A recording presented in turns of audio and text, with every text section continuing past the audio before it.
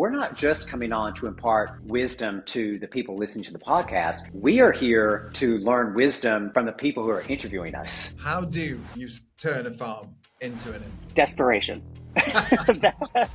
How do you wind it down if you're thinking of retirement? You have to be honest with yourself, set that goal, and then know when you've reached it. We're great at marketing or advertising because we're terrible at creating a great product. And if you're great at creating a great product, you don't have to worry so much about great advertising. The reason that the trend cycle has become so important and so fast is that people are not getting their dopamine hit from the product itself. They're getting their dopamine hit from getting something new. But if you want a long-term business, you have to sell that thing again. Was there a point where you sat down, both of you, and sort of said, okay, this is hard. This is really hard.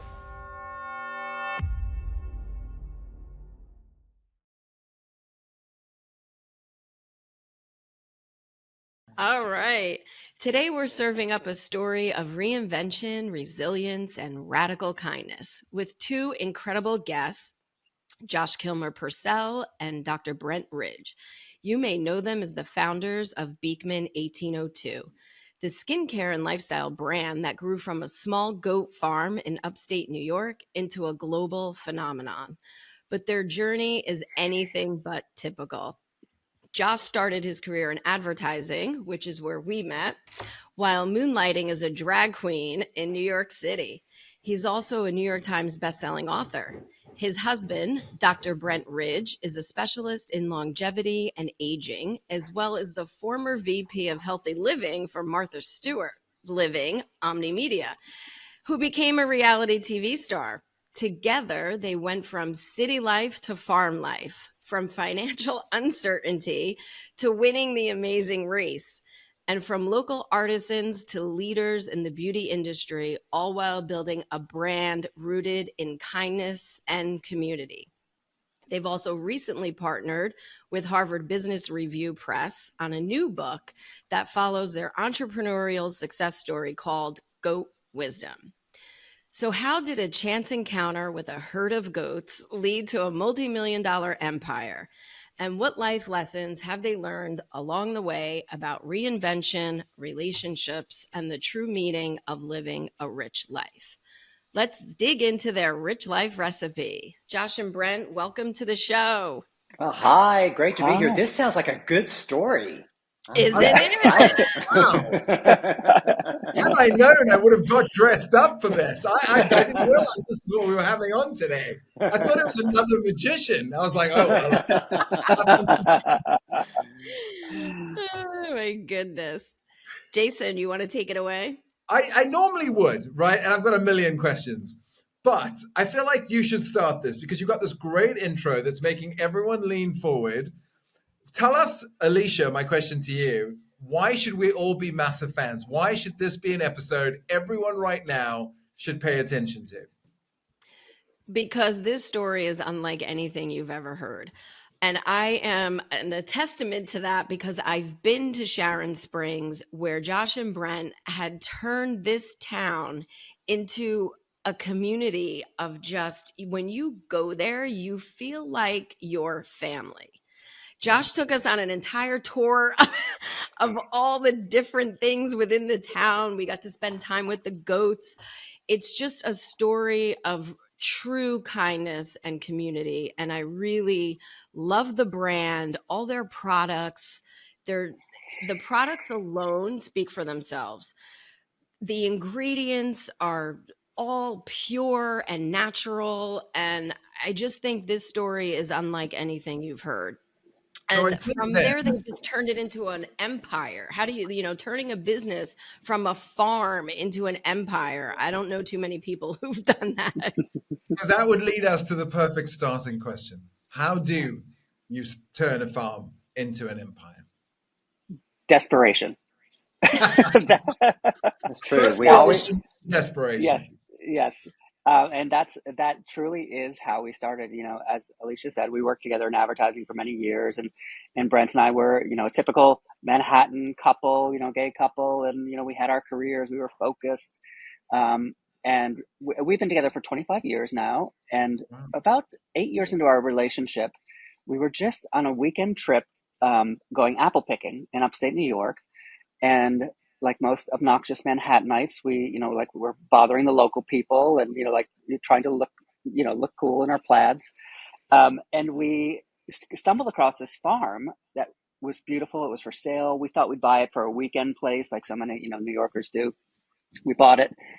And that was 2006. Now, 2008, everyone remembers that giant recession. And nobody was hit harder than advertising in New York, or media in general. And that's when Brent and I, we both lost our jobs in New York. Brent was working for Martha Stewart on the media. We both lost our jobs within 30 days of each other. We had just bought this farm, cashed in everything we owned. And, we always say there's two key ingredients in everything Beekman makes, goat milk and kindness. But in the very first ingredient was kindness, because before we ever knew we were going to do a company or have anything, we got a letter in our mailbox from a neighbor, Farmer John. He was losing his farm. He had 80 goats and nowhere to bring them. He said, "You have an empty barn, you have a little cottage. Can I please come live on your farm, bring my goats? Otherwise I have to send them to auction." We said, "Sure, come on." This was before we knew we were going to lose our jobs. We took in this farmer. And then when the time was bleakest for us, when we had no jobs, no income, we literally Googled, what can we do with goat milk? And that was all we had in the whole world. And so the first thing that came up was goat milk soap. And we started making it around our dining room table. But we always say it was that first act of kindness, taking in a neighbor, that really started the company before we even knew what it was going to be. And now 15 years later, we've sold 60 million bars of that soap. And we have invested that into really researching the science of goat milk and the skin microbiome and how those things work together to give you perfect skin health. So from those little beginnings, we have grown this business, Beekman 1802. And, that's why, Harvard Business Review asked us to write the book to share that wisdom, because it was a really unconventional beginning to the story, but also a very universal entrepreneurial story. Like, how do you look at your collection of assets? How do you look at opportunities that come in your path? How do you pivot when you need to pivot? The story of Beekman 1802 has it all. It really, truly does. So I'm an entrepreneur through and through. I was an entrepreneur before I knew the word entrepreneur existed. We just called it a hustler where I grew up. Yes.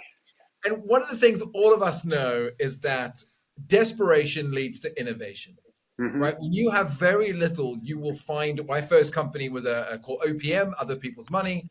I would take someone else's money, I'd buy a t-shirt, I'd add a print, I'd sell it back to them, I'd have this in between. And that was my learning about business before I read a business book. You have Farmer John, you have some goats, you have this place. And you said yourself, you're Googling, what do you do with goat's milk? Surprisingly, cappuccino doesn't come up, or like added to coffee. Cereal. Like, you think that's a very linear line, like t-shirts, print, sell printed t-shirts. How does this come up on your Google search? Was someone already Googling facial? How did that happen? How did that No, we Googled what we can make with goat milk, and actually, Josh lied. The very first thing on the top of the list was goat milk cheese. That's true. And so second choice. Yes. And so we researched cheese, and we ultimately did start making cheese from our farm and sold it all over the world to some of the best restaurants in the world. But to become a grade A certified dairy so that you can make a food product required a lot of additional investment. And so the second thing on the list, because we had no money, we had this huge mortgage, we had no money to invest at the time. So the second thing on the list was the goat milk soap. And we worked with a neighbor, a soap maker, Deb, who taught us how to make the bars of soap using the goat milk. And at the time, we had no idea that, goat milk was going to be so powerful in contributing to the skin health and skin barrier. We were just literally trying to find something that we could make that could bring in $1.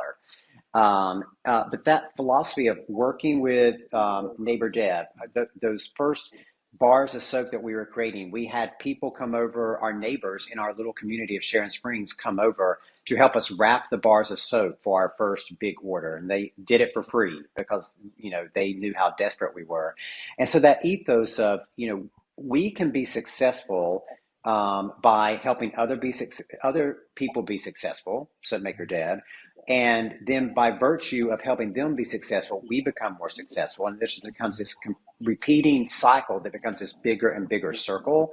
And so when we first started the company, because we had no money to invest in it, we were really trying to figure out how we can work with as many people in our little community of Sharon Springs to lift up their businesses and at the same time, lift up our own business. And I think, Alicia, when you were at the farm many, many years ago at the very beginning stages of Beekman 1802, you really saw that in action.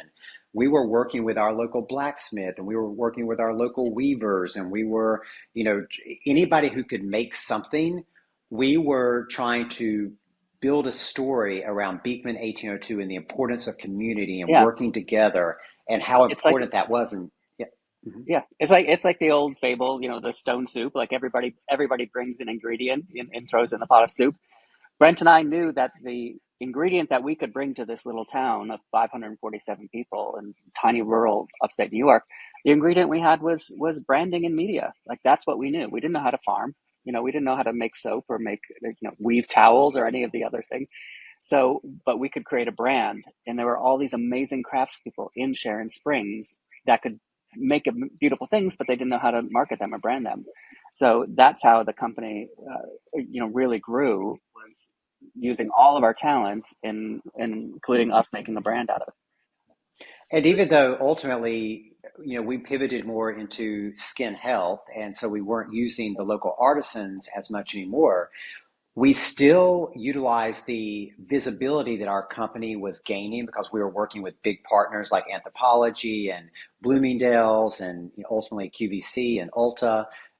We still always bring everybody back to that origin of Sharon Springs. We still have our original kindness shop, Beekman 1802 kindness shop on Main Street in Sharon Springs. So even though we're not still working on an individual basis with those members, those artisans in the community, we're still using our brand to bring people back into the community. And when those people come to visit that original kindness shop, they shop at every other shop on Main Street. They eat at the restaurants. And so it's still that little tiny community of Sharon Springs still continues to grow and grow and grow. Because we always recognize the importance of neighbors. That's why we call all of our customers neighbors, because that's how Beekman started, really working with our neighbor.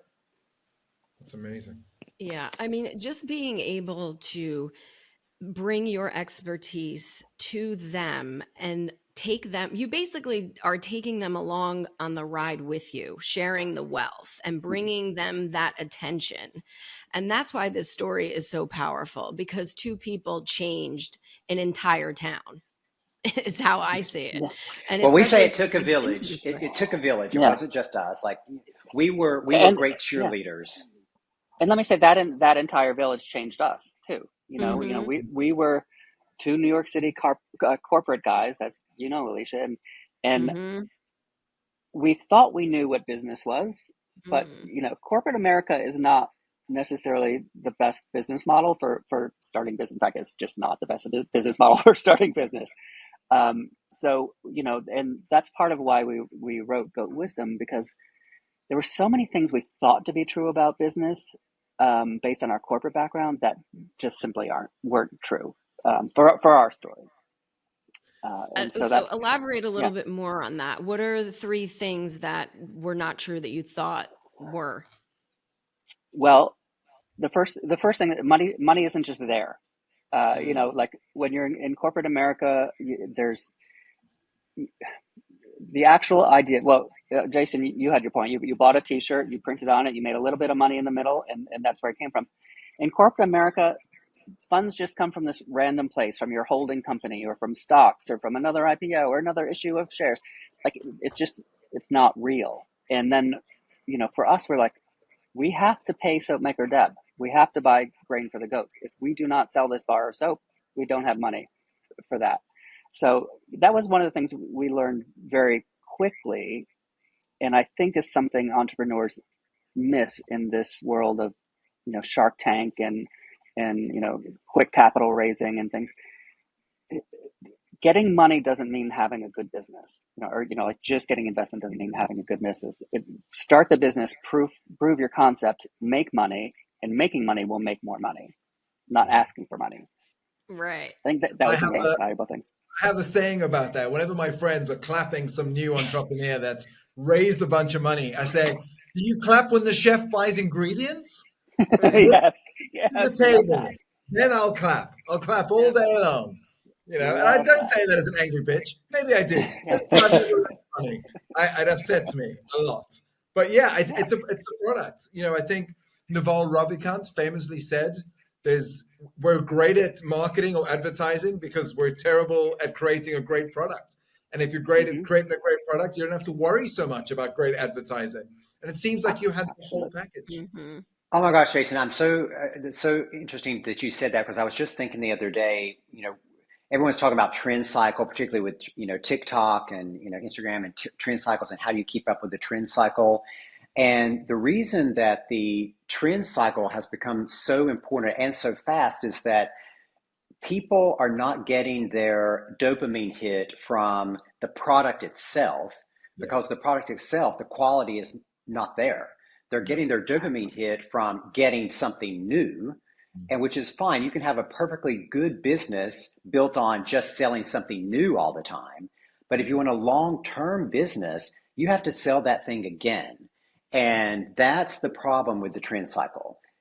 We've trained And people to that's get the dopamine hit from buying and not from the product itself. Mm. Yeah. and Alicia, I'd say that was another huge thing that we learned.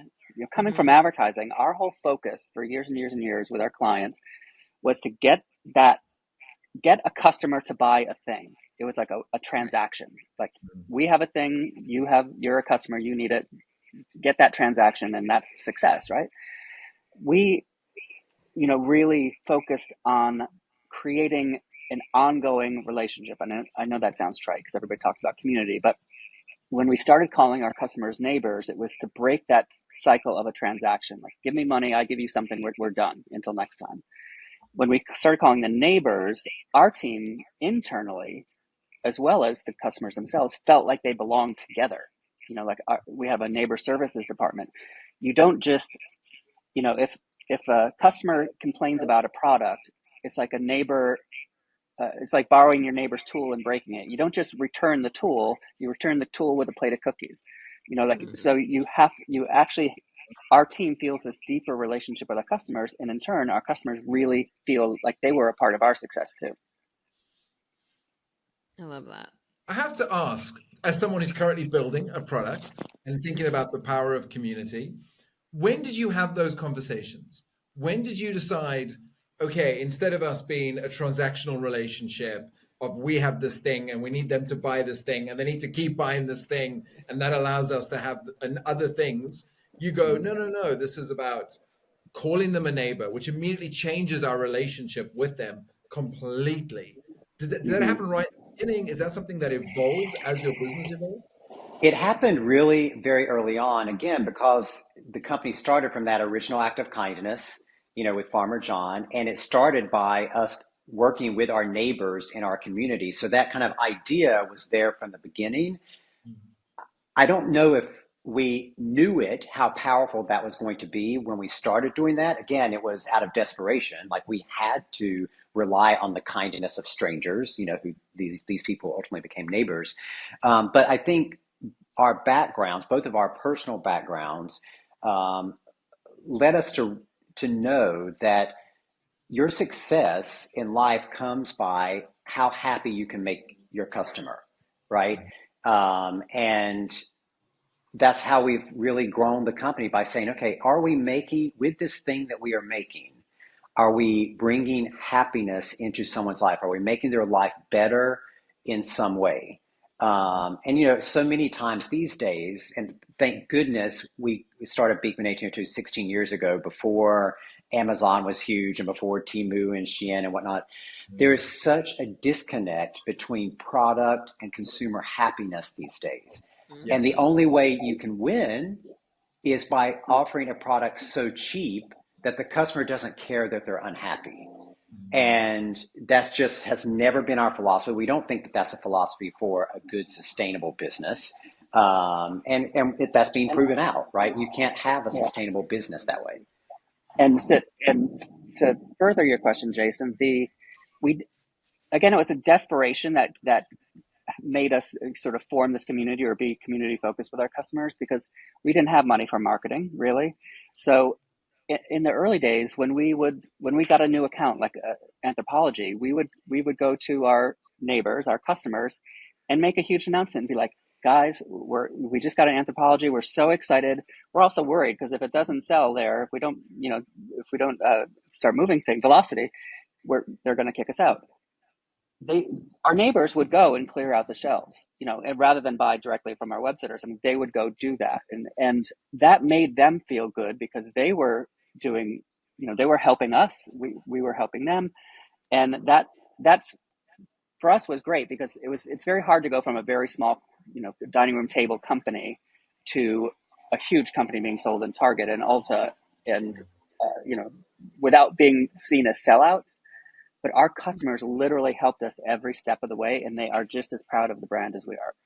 And that really is key because, as we all know, on this interview right now, there's nothing more powerful for a brand or brand building than storytelling.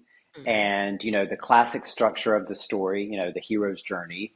And what we've done by getting the neighbor involved in every step of the growth of our company from the very beginning until even right up until this morning is that we have involved them in the story. So they are the hero of the story as well. Because if we need them to go out and execute on something, they become the personal hero of the moment. And so they have been on this journey with us. And I think that's what's missing a lot in brand building these days is that people don't take the time to make that connection with the customer. They're not worried so much about building a brand for the long term. They Right. think they are, but Right. people just having a beautiful product shot on Instagram or a witty meme or something like that, that's not brand building. That's momentary Entertaining. Yeah. entertainment. Yeah. And Um, you're so right on that because the products that I'm seeing lately either fall apart or mhm, are not as as instructed, let's just mhm, say. mhm, Ingredients are not what you think they are. mhm. So there's no authenticity anymore. It's all about just quick turn and burn, and we don't care if this customer comes back or not. Mhm. And there's no way they're going to have that longevity. It's just not Right. possible because eventually it catches up to you where you Mhm. start to people are saying this product is not what it's saying. I don't care how many reviews they have because they're getting paid to review that. Correct. So there's Yes. nothing authentic lately about anything. So it's Right. really And difficult to find quality products. it is. And I Hmm. just want to say, because, you can have that's a very good business model. Like you can come in and you can make a bunch of money, Correct. in a year, 2 years, 3 years, selling a bunch of products, bad products. But ultimately, because of the things you said, your customer acquisition cost is going to get so high that it's not sustainable. So you can have a very good short term business, a very lucrative short term business. Right. But if you want a business that's going to last 5, 6, 10, 15 years, do you want a business that's going to be remembered for 100 years? Or do you want a business that's going to be passed down to the next generation in your family? That's not the way to build it. Right. Do you want an empire and a legacy or a quick turn and burn where you're Correct. gone in like a flash in the fire, so to Correct. And speak? you just need to decide that up front because you can make a lot of money and have fine business. But what is your desire? What's going to make you And what's happy in the that end? richness in that, knowing Hmm. that your products are not quality? And there's so much of that. Like it's oversaturated and trying to funnel your way through all the Hmm. garbage to get to Hmm. the quality brands. The Yeah. quality brands will stand out like Beekman. I mean, there's just so much noise out there. And Hmm. I think that you guys have lasted and are still building. I mean, I think that's just super unique. So, what would you say to people starting out today that want like a quality brand and want that longevity? How do they start that? I think the expectation has to be long-term thinking. As Josh said, in the era of social media, which was so disruptive, um, and easy financing because, there was 0% interest and you had private equity, you had tons of money to invest in things.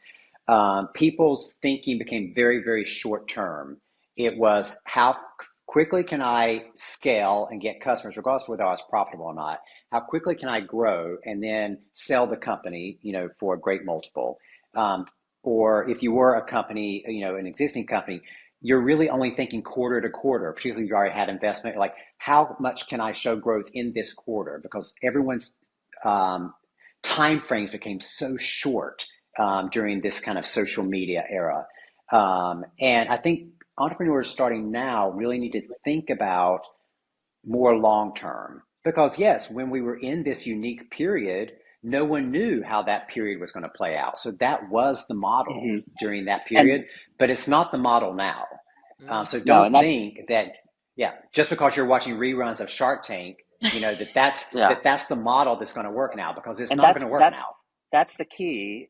I mean, and that's why we wrote Goat Wisdom, because we believe like the wisdom that's been around forever and the wisdom that you knew and you grew up with, those are the keys to starting a business. It's not, and what's a shame is people are, going on YouTube and they're like, gosh, if I just learned how to day trade, AI, Bitcoin things, like if I could just Or if I do just this go one secret. viral, that's all anyone cares Oh about.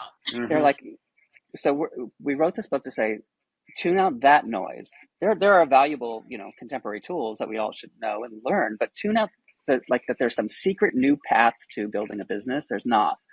It's the wisdom, the sayings and wisdom that we all grew up with. Make hay while the sun shines. You can lead a horse to water, but you can't make him drink. An empty vessel makes the most noise. So in this book, we actually sat down and realized all of these maxims that we grew up with were things that we applied to grow our business. So tune out that Shark Tank noise. I want to take a moment to our listeners. I think sometimes you have these podcasts, great podcasts, just like the Rich Life Recipe, and we get incredible guests on who say words, and maybe we hear these words and we think this is great, but actually I got lost somewhere. And I think sometimes we're embarrassed to ask our friends the questions of like, what is client acquisition cost? Right? It's we throw it around because we know it because we've been entrepreneurs for a long time and that's how we speak now. But for the average person listening, it's a really fancy way of saying, how much does it cost to get someone to try my product?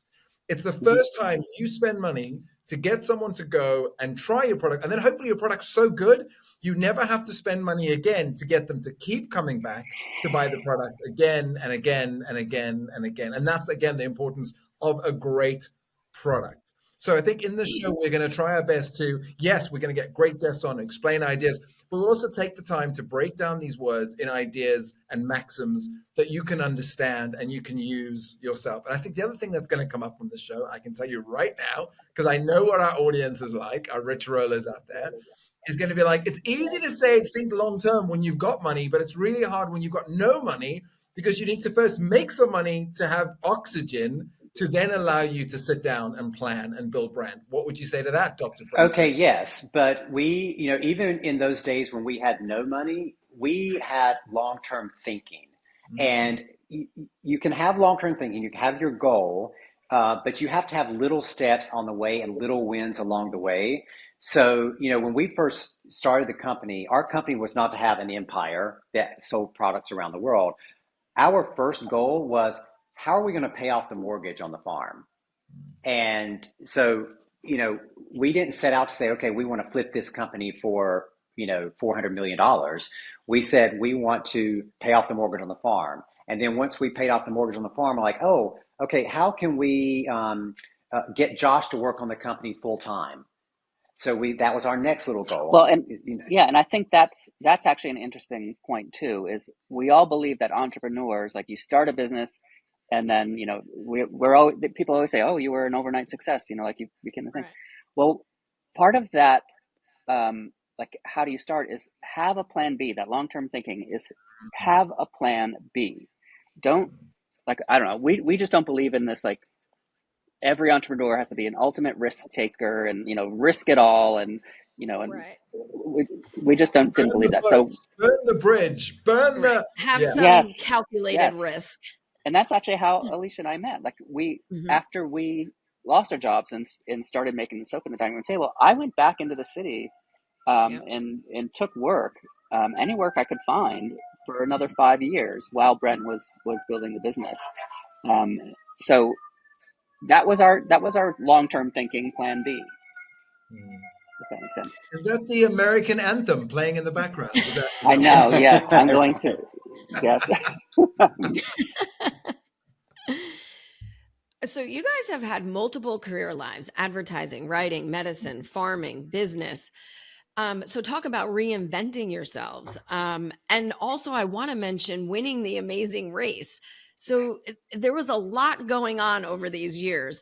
So for people out there, that are trying to reinvent themselves or maybe go in a new direction, what have you guys learned along the way that really stands out? And maybe it's not something everybody would think of. Maybe it was something subtle, but what is it that really touched you to maybe pivot or go in a totally different direction or stay the course? I would say this was a very small thing, but one thing we learned early on was always use superlatives about yourself. You are always the expert at something. You are always the best at something. You might just be the number one selling, product in your room, but you're still the number one selling product somewhere.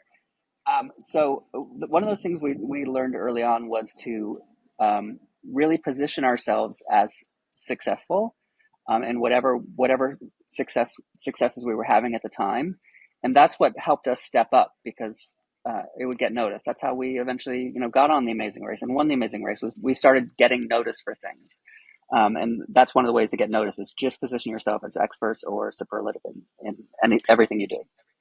And I would say also try to figure out how to win in any situation. And I don't mean like you're always going to be the winner and someone else is going to be the loser.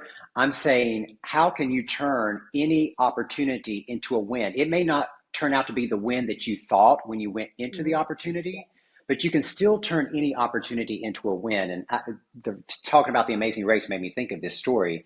When we went on the Amazing Race, we had no idea that we would win. Like, we were these two middle-aged gay guys.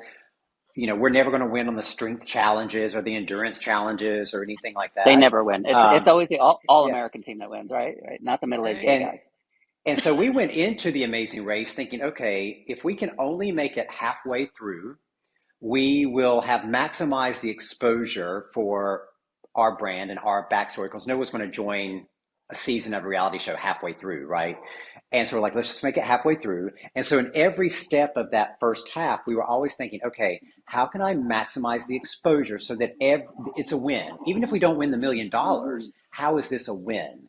And so I remember, like, in one of the very first episodes, legs of the Amazing Race, for those of you who don't know, the way the race is run is that these 12 teams start and they circumnavigate the globe, and each time the last team to arrive in a particular destination is eliminated.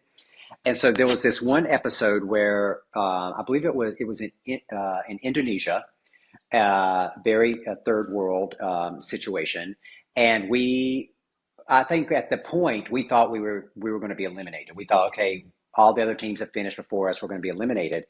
And so we had finished the last task and we're heading toward the finish line thinking we were going to be eliminated. But even in that situation, we're like, okay, all is lost. We didn't even make it halfway.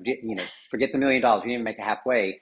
Immediately, we're like, okay, how can we turn this into a win? And so we're running. Yeah. There were these little children that were following, because there were cameras, TV cameras, everything. So this group of little children were following us as we're running. And we started them chanting, Beekman boys, Beekman boys, Beekman boys. So we're like, get that brand, get that branding in every second, in front of that nationwide audience. But it was turning making every moment of that opportunity work harder. Yeah, and being able to understand. We got halfway through and for some reason, we couldn't lose. So we made it to the end and won. It's amazing. I'll tell you a funny thing. My partner, Sophia, who will listen to this episode, is one of our biggest fans. Her favorite TV show is this British show, and she keeps telling me to watch it. And I said, I'm not interested in eventually I sat down and I watched it. And I turned to her and I said, sorry, what is the show called? And she went, it's called Race Around the Whole World. That's it. That's Rip-off of Amazing Race. I was like, this is a British rip-off of like the greatest TV show I grew up with watching with my dad. And she was like, oh, all right, I didn't realize that. So Sophia, that one's for you. That you know how to use it. I also tell people when they do podcasts, I say to them, how do you make every episode a success? That if no one else listens, what can you get out of it? Maybe it's a friendship, maybe it's a relationship, maybe it's a learning, maybe it's how to do something that you're struggling with in your business. But this is your chance. You have this one golden moment over and over. How do you make that a success? And I love that you said you made every episode. I was actually wondering when you were telling the story, were you going to stop and put some cream on your face and go, even if we lose, look how fabulous. We're amazing. Exactly. No, we do think about that. Even in this particular situation that we're in right now. We have this new book coming out. We're probably going to be doing hundreds of podcasts, right? Probably so many podcasts we don't remember the podcast that we do, but. not this one. This one we'll remember forever for the rest of our lives. We're gonna learn in every single podcast a different element of our story and how that bit of the story resonates with the audience of that podcast. And so that is a win because we are coming out of that 30 minutes or that hour with more information than we went into the podcast with. And that's our whole idea with podcasts is we're not just coming on to impart wisdom to the people listening to the podcast. We are here to learn wisdom from the people who are interviewing us. So thank you very much, Alicia and Jason. You guys, we're so happy you're here. Sophia, clip that, put that in front of the show. That's our promo clip.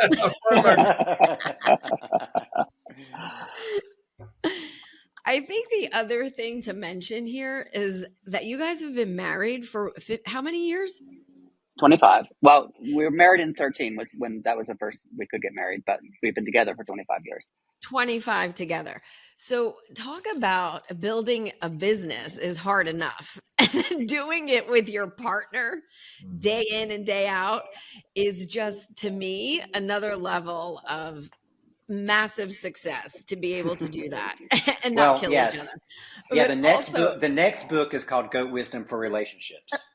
I think it would be welcomed because, again, it's very rare to have that dynamic and to have it maintain and to be able to level each other up in the best way possible. It's also very rare.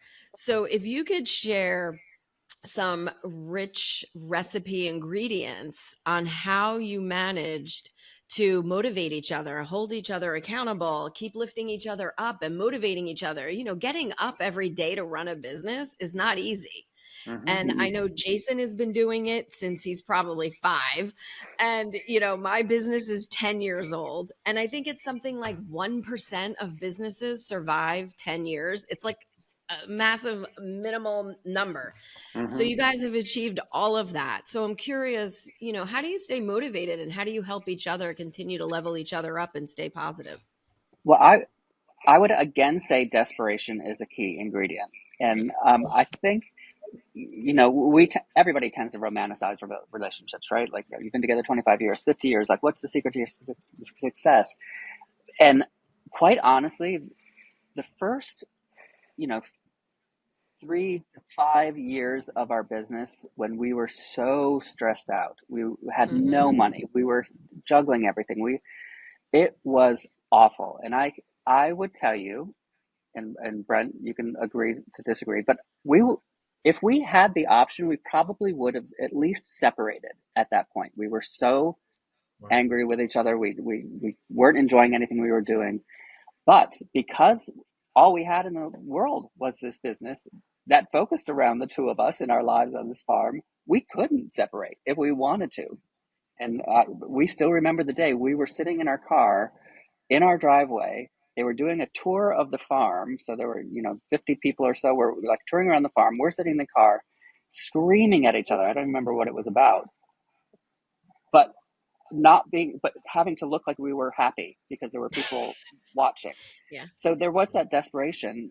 And I think that there's a little bit of realism in every relationship that we like to inject and say, times can be really bad. But if you do commit yourself to it, you can work. And I think that's what's missing in today, right? Again, it's all about that quick turn, and people don't want to put in the work. They don't want to commit. So I think hearing these stories does resonate and help people. Like, if you persevere, who knows what can happen? Like, everybody gives up, kind of too soon. Sometimes you throw in the towel too soon. And I think, hearing these stories that are very real and vulnerable, like you're sitting in the car screaming at each other, who can't relate to that? Right. Yeah.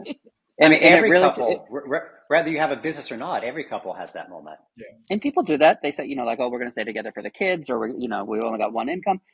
That's just as valid a reason to stay together, and honor your commitment as, being forever in love, Prince Charming. Just, for us, having those shared visions and shared goals, no matter how tough it got, was enough to keep us together and working towards that shared vision and goal. Was there a point where you sat down, both of you, and sort of said, okay, this is hard. This is really hard. And perhaps if we can get to this stage, we don't need to keep doing this. Right? I think every entrepreneur gets to a point where we just go, okay, we just need to get to there. And then maybe we don't keep struggling and suffering. We can then go get jobs. We can go back into Manhattan. We can, do great other work. This isn't the only thing we can do. You're both truly successful in other things. You're not forced to do this thing. Did that ever come about? I think by the time we had gotten the business to a certain level, we also had the realization that this business was improving people's lives, and it was making people feel better about themselves, either because of the product that they were using or because of the community they were involved in. And then that became its own motivator. And it's like, how many more people can we make happy or more content? Or now with this new book, how many more people can we make more successful? Like, how can it ripple? And so that then becomes its own self-sustaining motivator.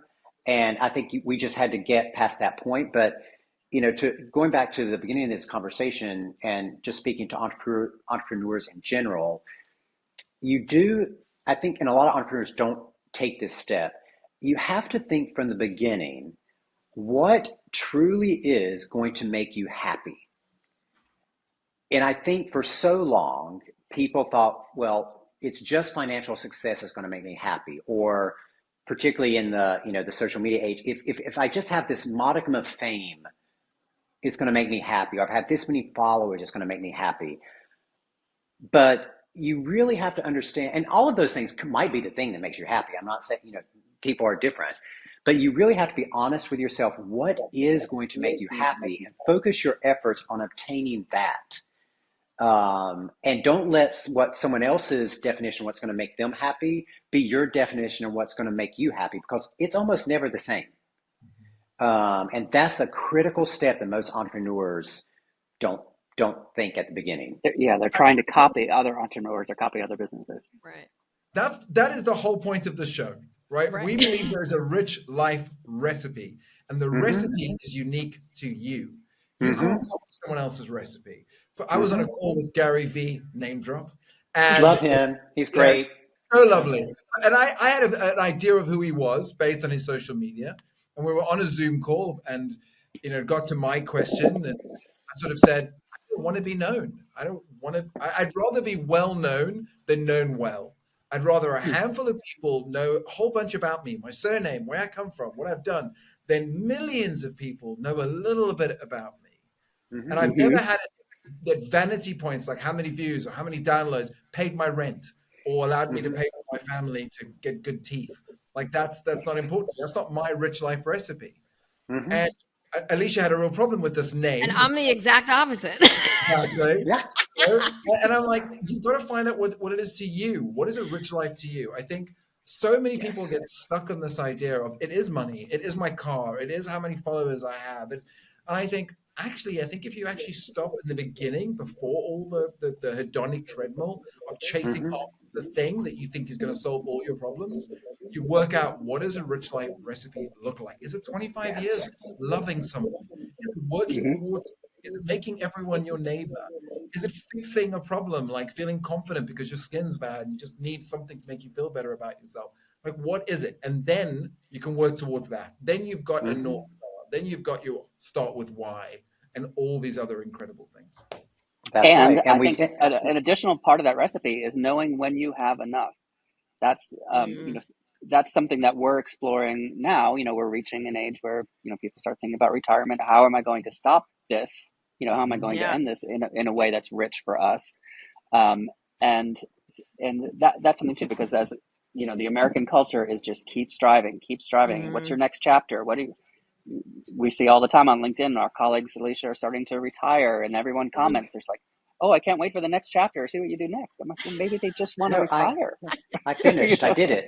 Yeah. That's so funny. It's true Yeah. though. It's why do you have to do anything next? Like that was my sister. My sister was able to retire early and everybody's like, "So what are you going to do now?" And she's like, "Nothing." Yeah, I'm done. I Like, did it. literally, like I did nothing. it. I don't want to do anything. And and you see And I that think goes that's back. such a good point. Yeah. Yes, and that goes back to this idea of understanding what is your happiness, right? And knowing what is the end point of that and being secure in that. And because so much of what happens on social media is that you're, we all, I think Gary Vee even says this, is that, comparison is the thief of happiness, right? Hmm. If you keep comparing yourself to the things that you are seeing on social media, you're never going to be happy because you're constantly comparing yourself. And the worst part is you're not even comparing yourself to reality. You're comparing yourself to from some faux Hmm. reality. These are Hmm. not real millionaires. These are not real successful people. We need, if we're going to compare ourselves, then you need to compare yourselves with people that are more realistic and people who are actually found true happiness. Like, look, Wait, Hold on. Elon Musk is the richest person ever in the history of the world. Is he happy? He is not a happy individual. And just think about that. All entrepreneurs out there thinking they want to be a millionaire, billionaire, richest person in the world. The richest person who has ever existed on this planet is not a happy person. So what does that mean? Yeah. I thought Two that every things on 20-year-old that. flew on private Yeah. jets. Yeah. Three I things think on that. another The first is Theodore Roosevelt. Sorry, Gary V. Theodore said that first. Comparison is the thief of joy. Secondly, he's not the richest person that ever existed. John D. Rockefeller was so rich that if Okay. every single billionaire that currently exists put their money together, they still wouldn't have enough if you extrapolate growth of money. And thirdly, I don't know if you've ever heard the incredible story of, I think it's Kurt Vanahat, where he goes to this party of a billionaire in the 60s. He's just written this incredible book, Catch 22, and he's walking through the party, and his friend, also the writer, Truman Capote, turns to him and says, "What does it feel like to know this man makes per day what all your books ever will sell for will make?" And he turns around and says, "I have something this billionaire will never have." And he says, "Well, what could that possibly be?" And he says, "I have enough. I Mm-hmm. have it." Love that. Yep. That's right. Love it. Yeah. So true. I think a lot of people struggle with that. I know I'm one. I don't know when enough will be enough. And I also, how will you guys get off the hamster wheel? Because I asked myself that. How do you wind it down if you're thinking of retirement? How do you get off the hamster wheel but continue the legacy? Well, we have had this conversation with ourselves, amongst ourselves, and I don't know if we have completely landed on it yet, but we have at least like how we're actually going to actually physically do it. But we have reached consensus on what is enough for us personally. And I think having that clear set goal is the most important thing. And then you have to have the discipline to say, "Oh, I reached that goal. Okay, don't change the goalpost. I Mm. have reached that goal. And I think that's the most important thing. You have to be honest with yourself, set that goal, and then know when you've reached it.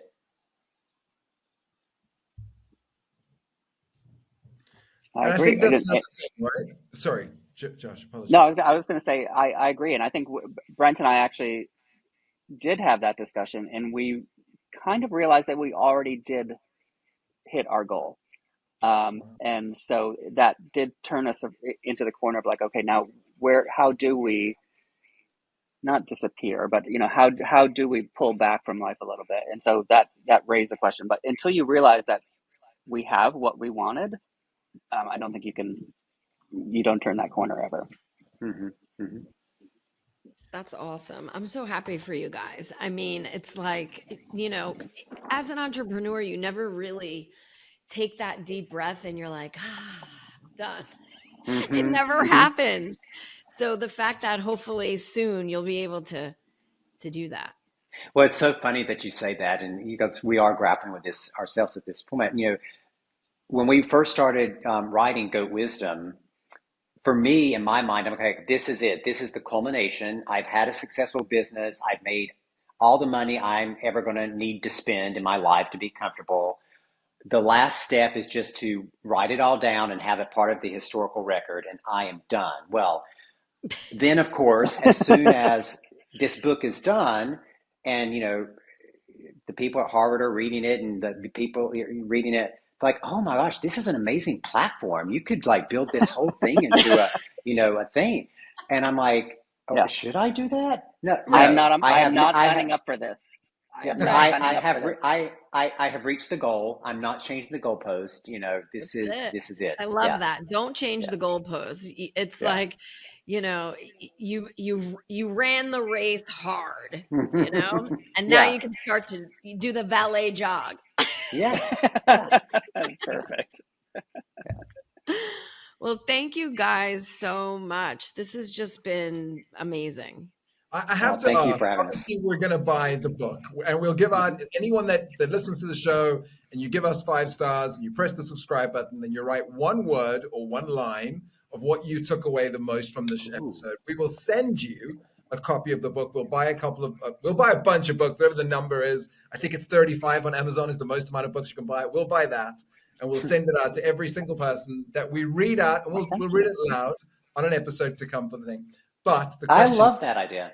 Oh, well, Thank we're you. happy to do it. We want to Yeah. support you. We want to be your neighbor. And So I can't wait to will read go it. out. We'll You buy are. a book. Good. The question is, what has been the greatest goat wisdom that you have found for your lives? Love thy neighbor. Well, love thy neighbor. Mm. Love thy neighbor. And It's something that we learned early on. And if you think about love thy neighbor, and this is true for all the proverbs we chose to use in Go Wisdom, these are things that exist in every culture around the every world every in religion, some every format. religious book has that same. And there's something really important. Every religious uh, tome in the world has a variation of that, and almost every variation uses the word neighbor or a translation of the word neighbor. Not love all your fellow man or love the whole world or love whatever. It talks about the people who are next to you or within your sphere, and that has been so key to us because in this time where we are all worried about so much, so much news and information is hitting us all the time, and we're worried about Afghanistan and the Ukraine and the dollar and everything. You cannot affect everything in the world, but you can affect your neighbor. And if every neighbor affects their neighbor, guess what? The whole world does take care of itself. So It's a that's very been the good most valuable point. lesson. And how many people don't even talk to them? Like using New York as an example. I mean, Right? I'm in an apartment and there's only 10 apartments on my floor. And I think I know 5 out of the 10. I Mm-hmm. mean, how That's sad actually is pretty good. That's pretty good for New York. I mean, like, how sad is that though? It's like, I think we can all do better at getting to know our neighbors. I think it's such a Mm-hmm. valuable lesson there. Mm-hmm. Absolutely. Well, take Great And it. that, ingredient. Take it, yeah, Alicia. yeah, that's yours. That was free. I Yeah. got it. Taking it. There's a beautiful saying. You mentioned your community and the importance of community. And of course, knowing your neighbors and everyone coming together creates a community. I'm originally from Cape Town, South Africa, where we have some beautiful African sayings and expressions. And one of them is, if the community doesn't take care of itself, the villagers will burn the community down to feel its warmth. Mm-hmm.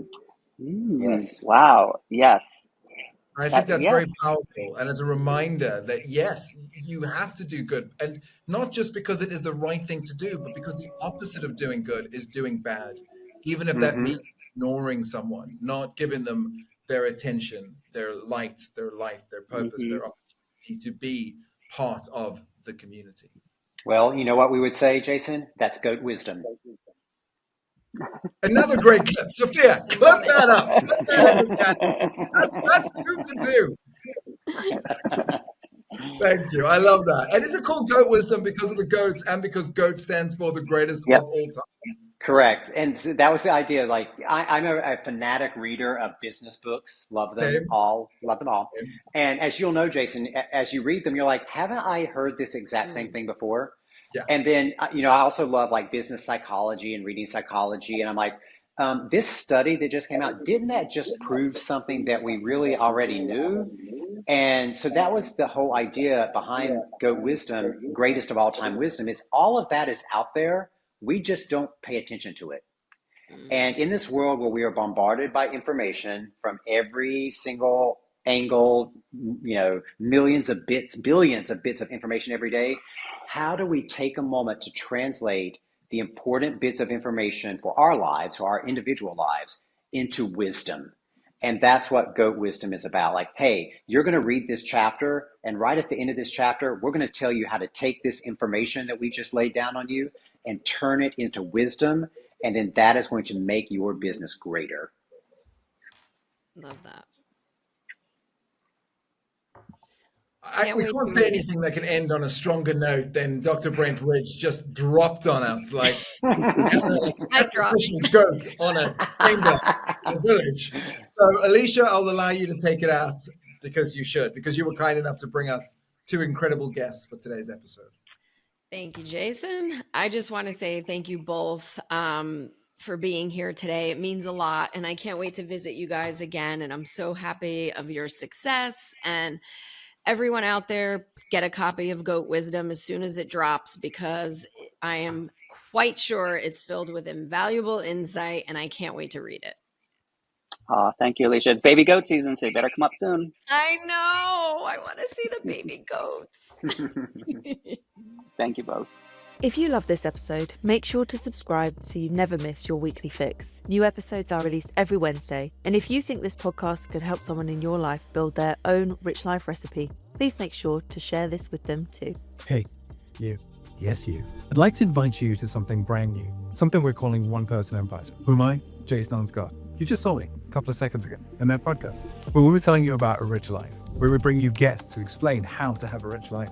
It's in this idea that we decided to create a community to teach people just like you how to have your own rich life. What is a rich life? It's about doing what you want, with whom you want, when you want, wherever you want. Think of one-person empires like the Alcoholics Anonymous, a place to come to find community, to find people just like you who've done it, who've got through it, who can help you get through it. Because no one is coming to save you. That's what it says. Save yourself. Build an empire. That's what I want for you. That's what your family wants for you. That's what your community wants for you. AI, robotics, technology, tariffs, it's changing the world. But here's a chance to you to change your own world, to find sovereignty, to find independence. This is what we're offering. It's a set of principles and a set of challenges to turn you from one-upreneur to entrepreneur. It's a blueprint we can teach absolutely anyone. And that's what's inside One Person Empires. Other people just like you, learning the process, going through the challenges. In fact, I wanted to make it so bulletproof that in our very first challenge, I'm going to show you how to make all your money back for joining. And because you're a listener of the podcast, we've made you a special offer. Simply type in listener to get a discount in the community. Joining the community, have a chance to find out what it's like to live a rich life.